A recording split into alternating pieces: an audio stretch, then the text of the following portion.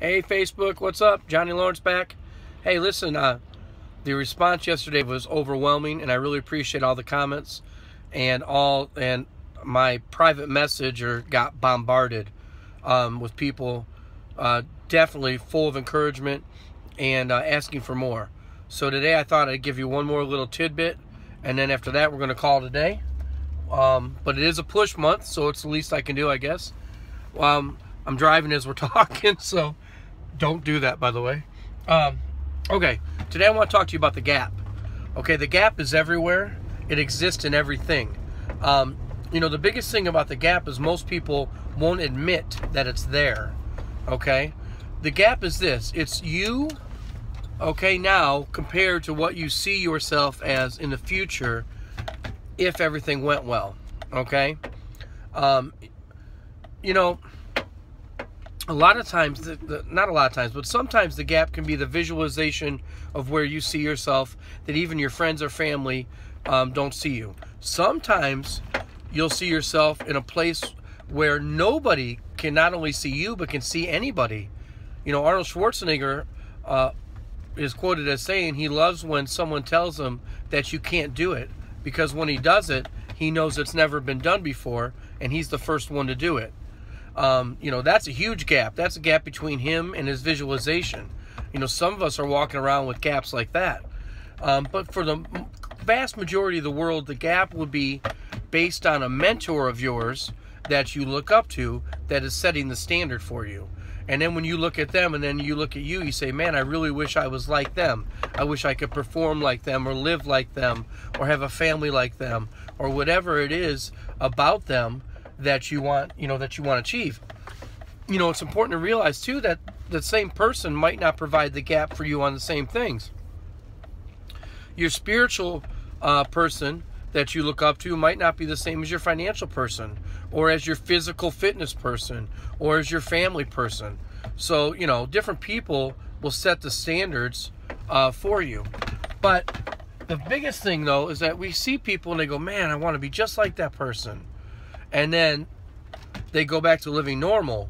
And then sometimes even that exact person says to them, hey, why don't you do this or why don't you do that? And then their response is, oh, I do that. I do that. They're not willing to admit, okay, that there's a gap between that person that means something to them, where they want to be, and what they're doing or how they're acting. So the very first thing about the gap is you have to admit that it's there, okay? The second thing about the gap is then you have to identify the differences between you and that person.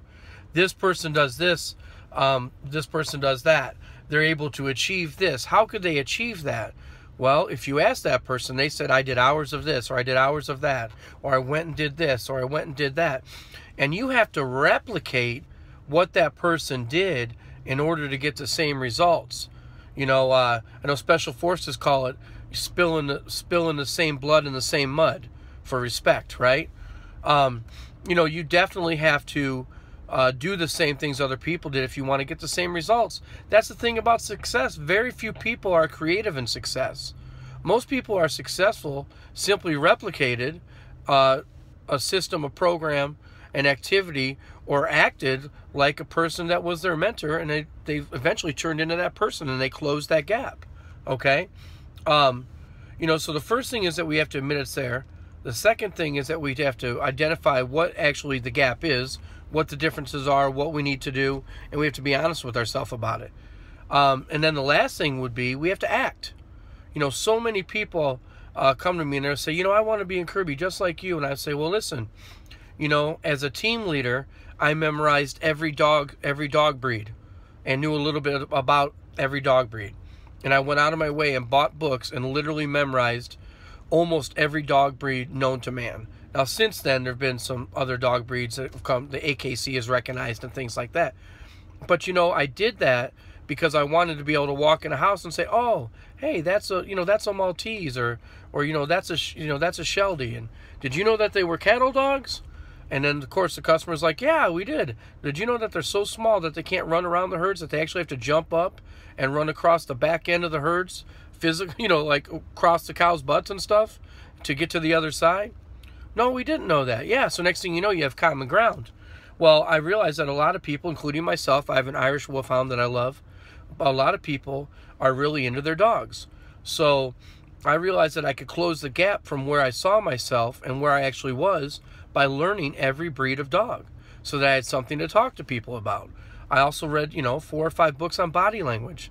I read every book that my mentors told me to read. Okay, I've read almost probably 200 sales books.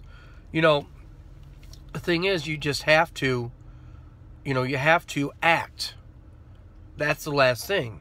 You have to act. Once you identified the differences, okay, and identified how to get to those differences, okay, then you have to act. Because like I started to say, a lot of people say, oh, I really want to be like you. And I'm like, well, you got to do this, this, and that. And then they don't do it. And I'll say, there is a gap between us. And they'll say, yeah, we know. So they recognize it. They authenticate it. They admit that it's there. And I'm like, you realize if you do this, this, and that you'll close that gap and you'll start, selling the same type volume.